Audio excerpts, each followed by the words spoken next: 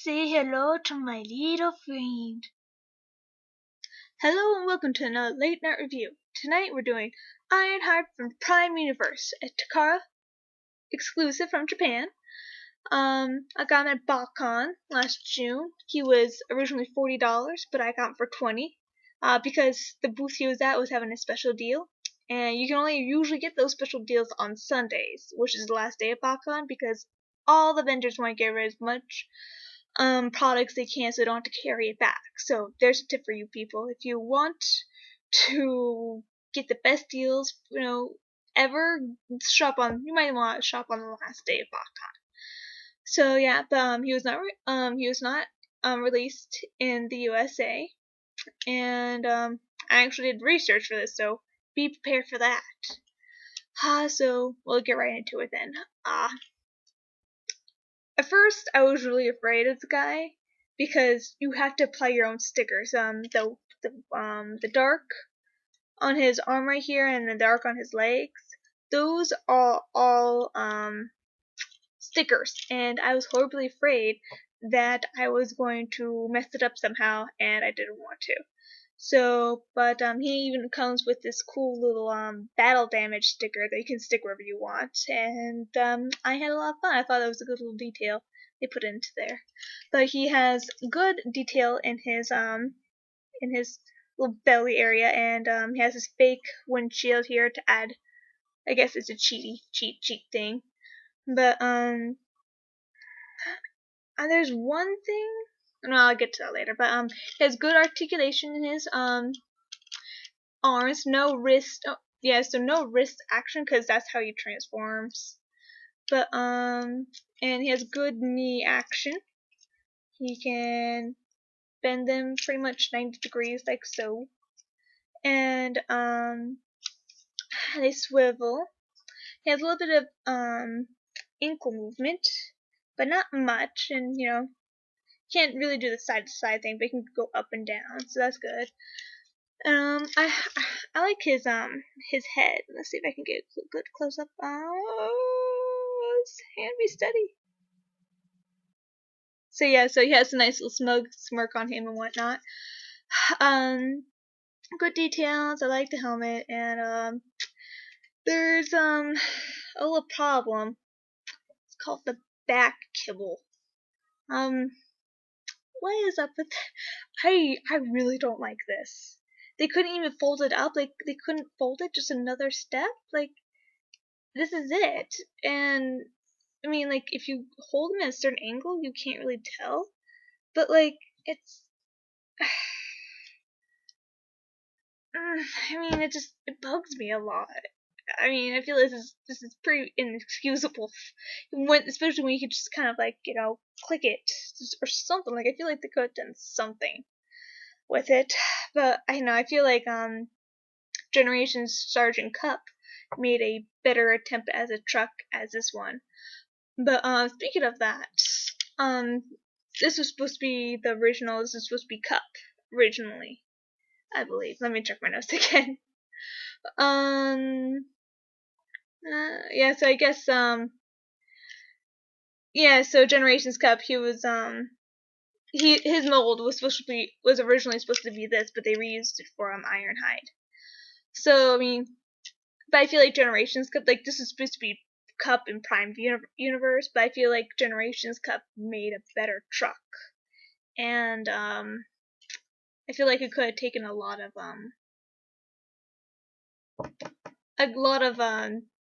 cues from that. But also there's no waist movement because of a dramatic head reveal. Can't really do it right now because everything's stuck in place, but he has a dramatic head reveal that prevents any, so you can't. Every time I want one, I only have two robots I really want to do like the dramatic like punch pose, and both of them don't have the waist for it, which makes me a little sad. But on to car mode. Teenage Mutant Ninja Turtles, Teenage Mutant Ninja Turtles, Teenage Mutant Ninja Turtles, Jonathan Half-Shell, Turtle Powers, and must be some fighting Teenage Mutant Ninja Turtles, used in the Half-Shell and the green. So here we have car mode, which was a delight. It's really a good delight to, to transform these things, to try and transform this toy.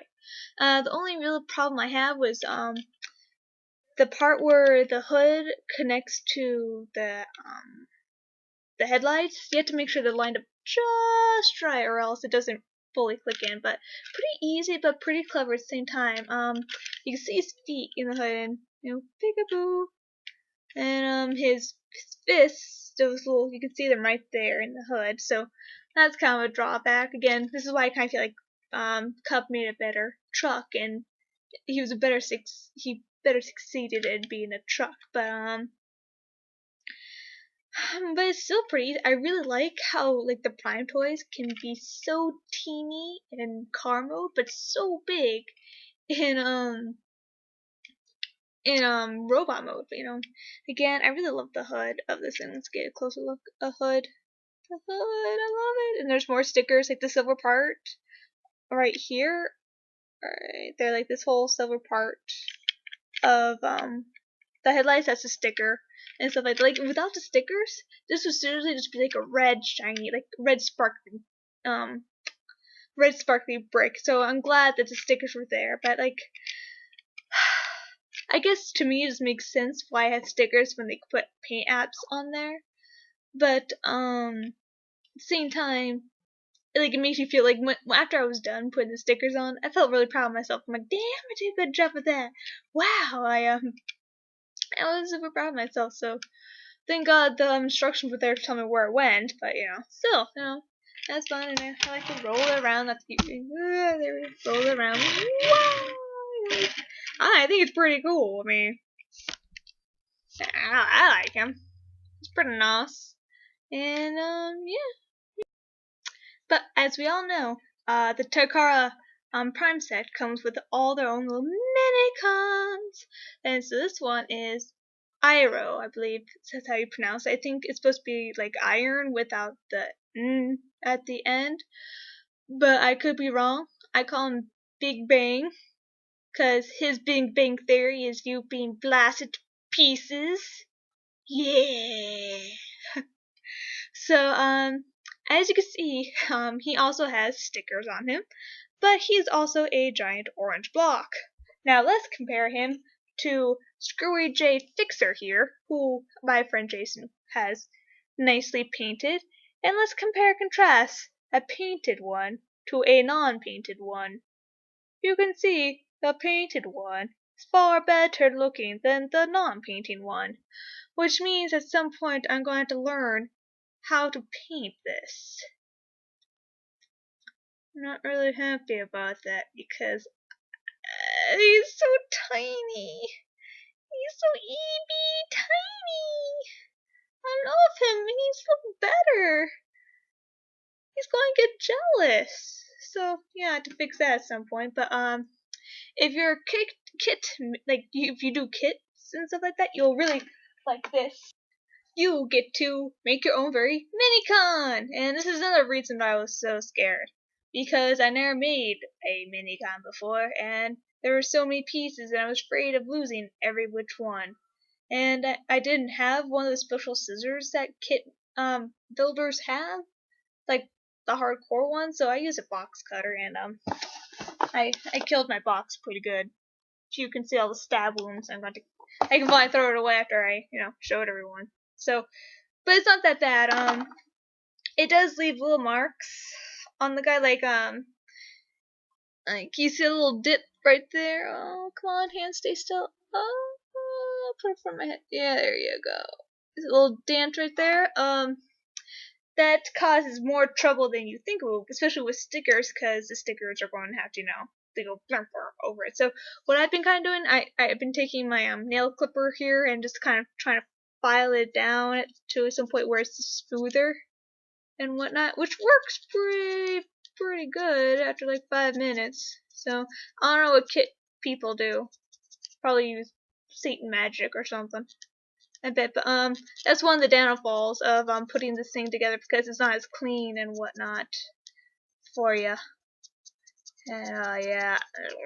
as looking. So that's one of the downfalls for him. But he has pretty good, like, he can move his arms and he can move his legs in one mass because they're one thing. So and then he can do this, and so that's as much articulation you're going to get. But he's pretty detailed. Once you get a good look on it, it's just you can't see that because it's all the same color, and so that makes it weird, And the stickers where they go on, they have ridges, right? I guess to help you figure out where they're supposed to go and stuff. But it makes it hard for the stickers to stick on. So I'm not really sure what that's all about, but yeah, he has a little bit of back kibble as well, so you can see right there. But I don't mind it as well because it folds up nice and neat. Because the full extent goes like that, So as long as it's folded away neatly, I don't mind kibble. It's pretty nice and whatnot, but it has to be. Can't just fling off like no one's business. So and now let's transform him. Transformers. Transformers.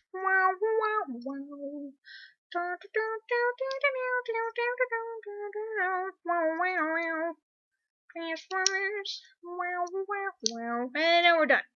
And he turns into a giant gun, which looks really nice on Ironhide.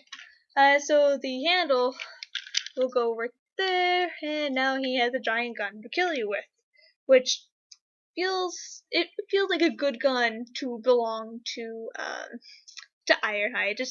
It looks nice. I like it. It complements his color so well. So fast and forward. And so yeah, and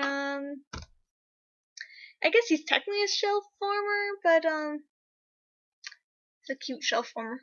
I like him. And what else to say?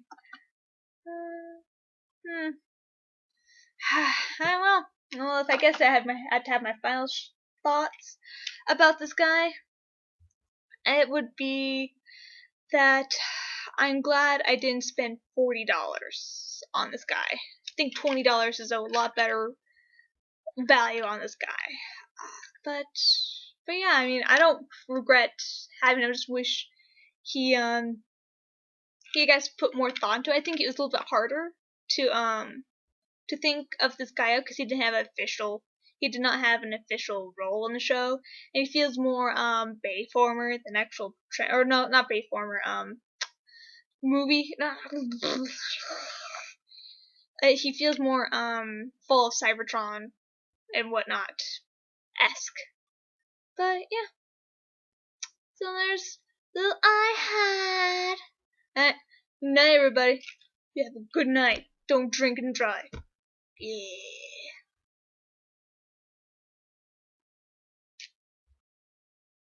Why do the Botcon videos have so many views?